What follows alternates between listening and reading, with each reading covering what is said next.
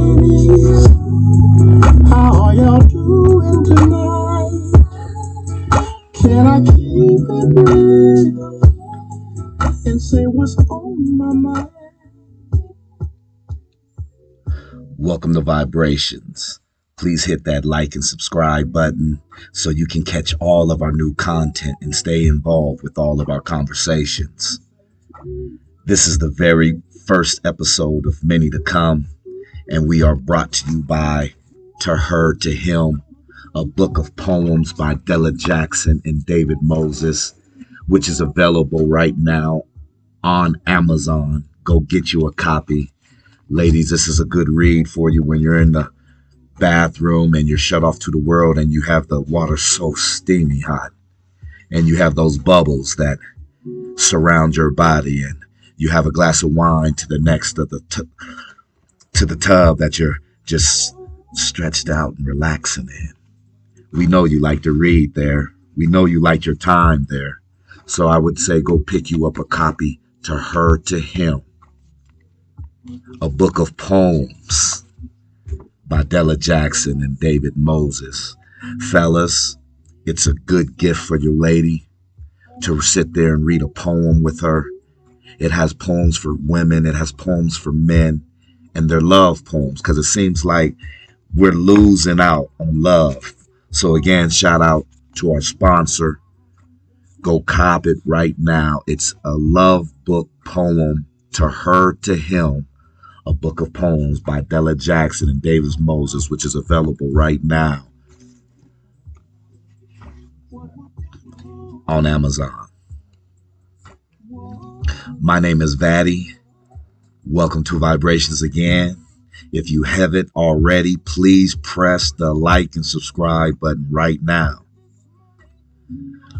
Before we start, get comfortable. Get comfortable. We're going to have some conversations today. We're going to talk today. This is an all audio podcast, so you don't have to hold your phone and look at it. You can set it down, put your earbuds in, your headphones on, or just let it come through your speakers while you're cleaning the house or while you're working on the car. You just hanging out in your garage or hanging out with your significant other. You can just set it down and you can just listen to me and vibe with me. So before we start, get comfortable. Ladies, grab your tastiest wine and pour till your glass is half full. Swirl it, smell it, taste it. Or you may want to crumble some herb. Light it. Exhale it, then strangle yourself with its pleasure, then exhale the day's stress away. Exhale it out, inhale it. Inhale it, then when you would exhale, you're releasing the satisfaction of another day completed. You made it through. Now you can relax and breathe. To the men listening, I won't talk as sweet to you as I do the women, because as men don't talk to one another as such, so I'll be straight as men should be when we speak to one another. Somehow as men, we sometimes forget, we men, we got to talk to each other softly. Now we're men. We have to talk to each other. We have to talk to each other as men talk to each other. Okay?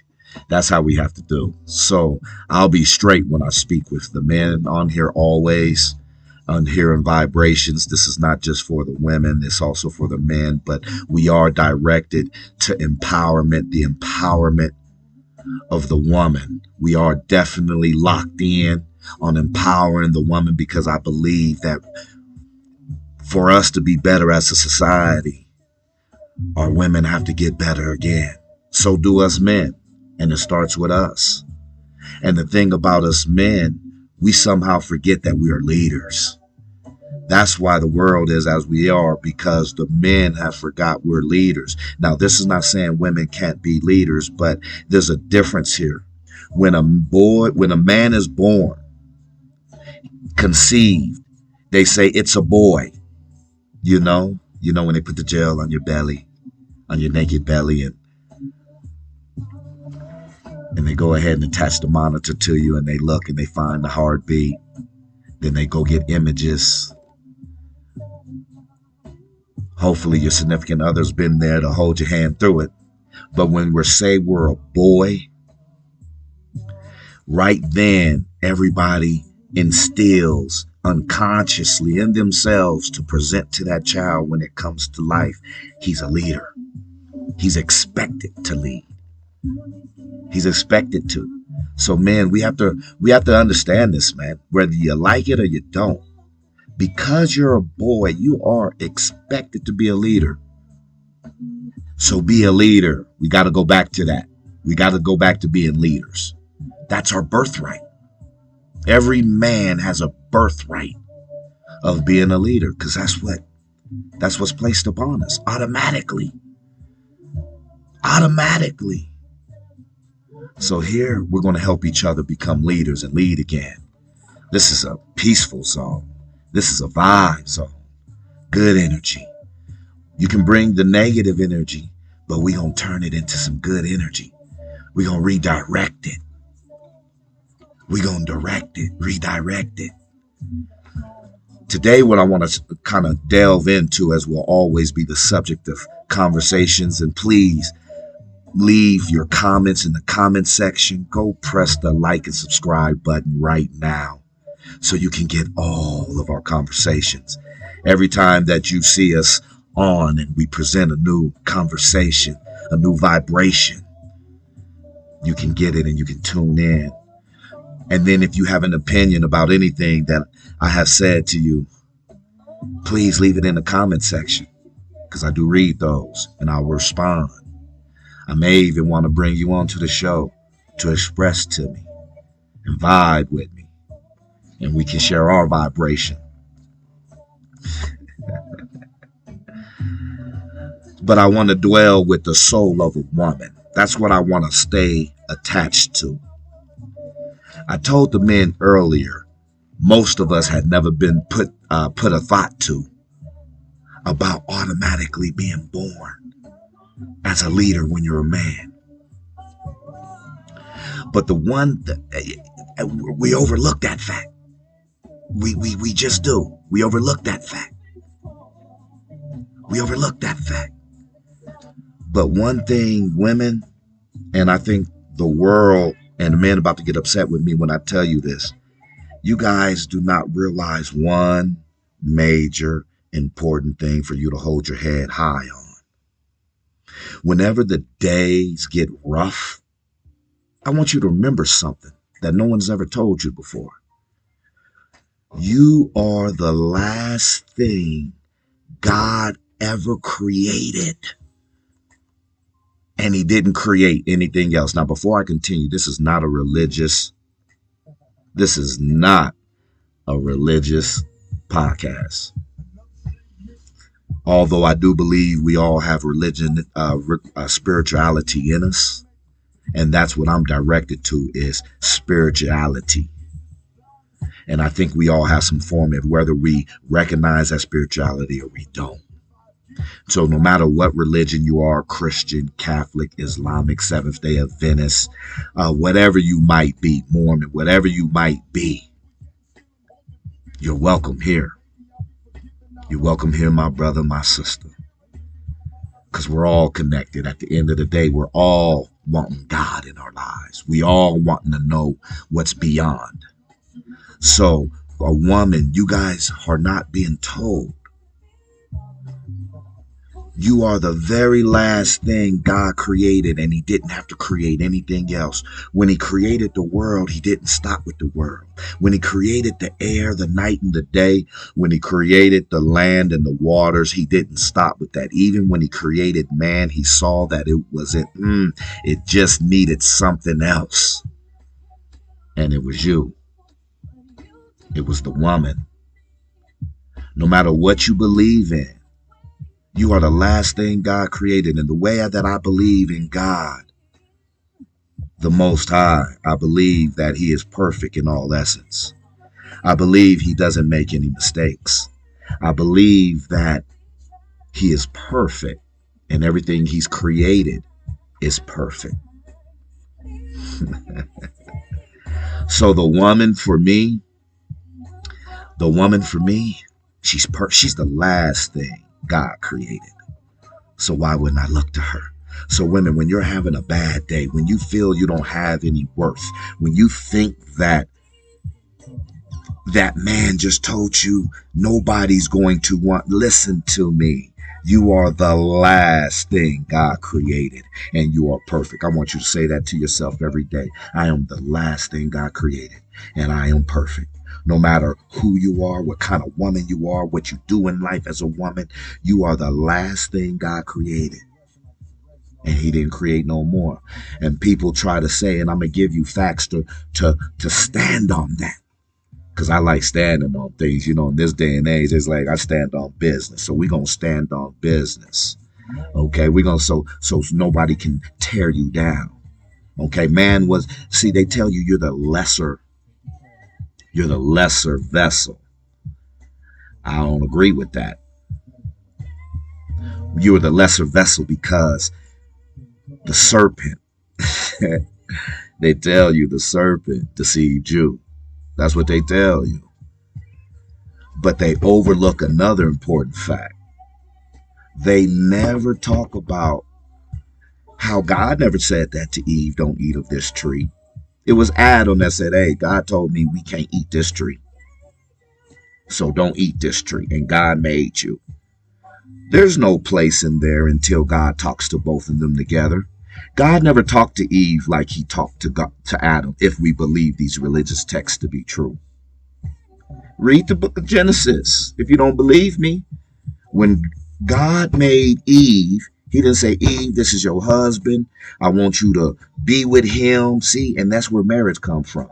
See how they deceive us, they brainwash us so they can control us into believing what they want us to do and believe. So now that's where marriage comes from. He didn't say this is your husband. You're going to be with him and listen to everything he say, be submissive to him. And he named everything out here. He is your king. That's who he is. God never said that to Eve. God said that to Adam. I mean, here's your helpmeet. How come he didn't say that to Eve? Here's your helpmeet. You got to start looking at these things. God never talked to Eve. And if you don't believe me, the creation, I believe, is Genesis 2, verses 17, they'll tell you. Yeah, that's when he talked. No, go to 15 and 17. Read 15 through 17, chapter 2 of Genesis, verses 15 through 17. God never, and so they say it's the weaker vessel. So if they aren't able to push that agenda and make you believe because you felt weak, God never a man told you don't eat of that tree. Maybe God created woman so she can lead man to eat of the tree because man wasn't eating of the tree to start. He began and created a false idol that says, out of all the land here, I'm not going to eat of this one tree. So I'm going to tell this woman, we're not eating this tree. But somebody else came about and say, nah, you're supposed to eat of this tree so you can see.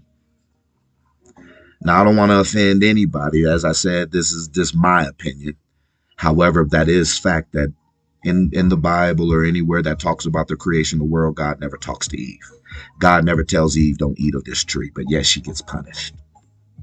That's what they tell us. So the man is a stronger vessel. The woman's the weaker one. Nah, the woman can't be the weaker one when God never told her nothing. She believed that what God told the man. And would that be true? We would say, yeah, because then they were supposedly punished with it. But is that a punishment? Procreating? If we recreate, is that really a punishment? Or was that his plan? Like I said, I don't want to offend anybody. Like I said, I love everybody here, what everybody's belief and personability is that makes you better and makes you more peaceful and loving in life, man. Do that, attach to that, love that. But women, I want y'all to know you were the last thing God ever created. He didn't create anything else. He didn't create anything else. And when we are born, so remember when I talked about when a man had a son? See, when a man has a daughter or a woman has a daughter, in that womb, off the top, a father will already have a perception that I need to protect and provide for her. I'm a protect and provide for her. Remember how I explained about with the boy, he's a leader. I got to teach him to lead. That's why I don't cry. Suck it up. But when we have daughters, we teach them. Watch this. We're automatically, hey, I got to protect and provide for you, and teach you how to, care for yourself as well. But my main goal is to protect and provide for my daughters. That's what a father believes. But when he has a son, his main objective is to teach his son how to protect and provide. We protect and we provide for our sons. We do that silently with them, but as loudly with our women of our daughters of protecting and providing for them. And with our sons, yeah, we protect and provide them, but we know they need to be leaders. With our daughters, they can cry. They can feel pain. They can share emotions. They can have that. So for me, that's the difference of the man and the woman. So the woman, yeah, we still need to teach our women, and which we do, how to provide and protect. Because a mother protects her child. Nothing protects a child like a mother. And we know that to be true. Nothing protects a child like a mother. Okay? So we know we must, that's the mindsets that we have. Provide and protect. So now, if you're having troubles in relationships, then I believe, and I'm a nobody, but I believe it starts there with that understanding. See, our women, yeah, provide and protect. And normally when a woman gets in a relationship, she's also provides and protects in her woman way. Yes, the woman is not the lesser vessel because she's physically weaker. She might be emotionally decision sometime attached to emotion, but baby, that's what we need. Sometimes we need mercy. Sometimes we need forgiveness and true love for him. Think about it, ladies. When you go and have been with the man and he's just cheated on you and broken your heart over and over again, and I just love him. And in reverse, if a woman encounters that with a man just can't handle it. Jealousy is the rage of a man. A man just can't handle it. And a lot of you women know that and really understand that and be like, you know what? I'm going to do this and I'm going to hurt him. Now, normally some men get back with the woman that can lay down and cheat with them. Same thing, and then there's women that don't allow cheating at all. I refuse. And it doesn't make anything right or wrong. It makes it a preference. We got to stop holding our preferences as people that's right and wrong, moral things. Now don't go to the extreme with expletives about ignorance. We're talking about this is grown folk conversation. This is grown folks conversation. So I believe it starts there. If you have problems in your relationship, we have to start there with that mindset. The conversation lately, as you see throughout social media, has brought out a lot about strong-minded women. There's nothing really wrong with a strong-minded woman as long as that strong-minded woman understands and can control to still show her femininity. It's okay to show your leadership. It's okay to show that you can fix a tire. It's okay to show that. But can you still show your softness? Because I believe that's part of the reason God created you. Because man is just so unemotionally attached. And fellas know what I'm talking about when you have a hard day and you can come home and you can just lay and see your woman and you can just lay in her arms and just lay there with her and it's all good. And the same thing for ladies. You can come after a hard day. You can come home and just want to feel the stone embrace. When I say stone, those men normally, everybody working out these days got muscles on them. You feel the stone embrace of your man. And I love to play with words. I'm a writer, so I love to write. So I love to word play, and I love the expression of words. So I'll say a lot of things. You'll hear me say a lot of things that sound a little maybe as plain poetic, but that's me. I love vibrations. So the strong-minded woman, I think, it be strong-minded, but at the same time, you have to show that femininity. No man wants a woman that's going to be tougher than him. Even if you believe you're tougher than your man, even if you, I don't know why anyone would believe they're tougher than any man. That's okay, but we have to get back to understanding. You women, you're to get these men back because you guys say there's no more leaders, nobody's around anymore. To get everybody back, you guys have to allow a man to be a man. Some of you aren't allowing a man to be a man because you want to see what he do. Well, I know if he do this, it's gonna. No, no. See, you can't demasculate a man.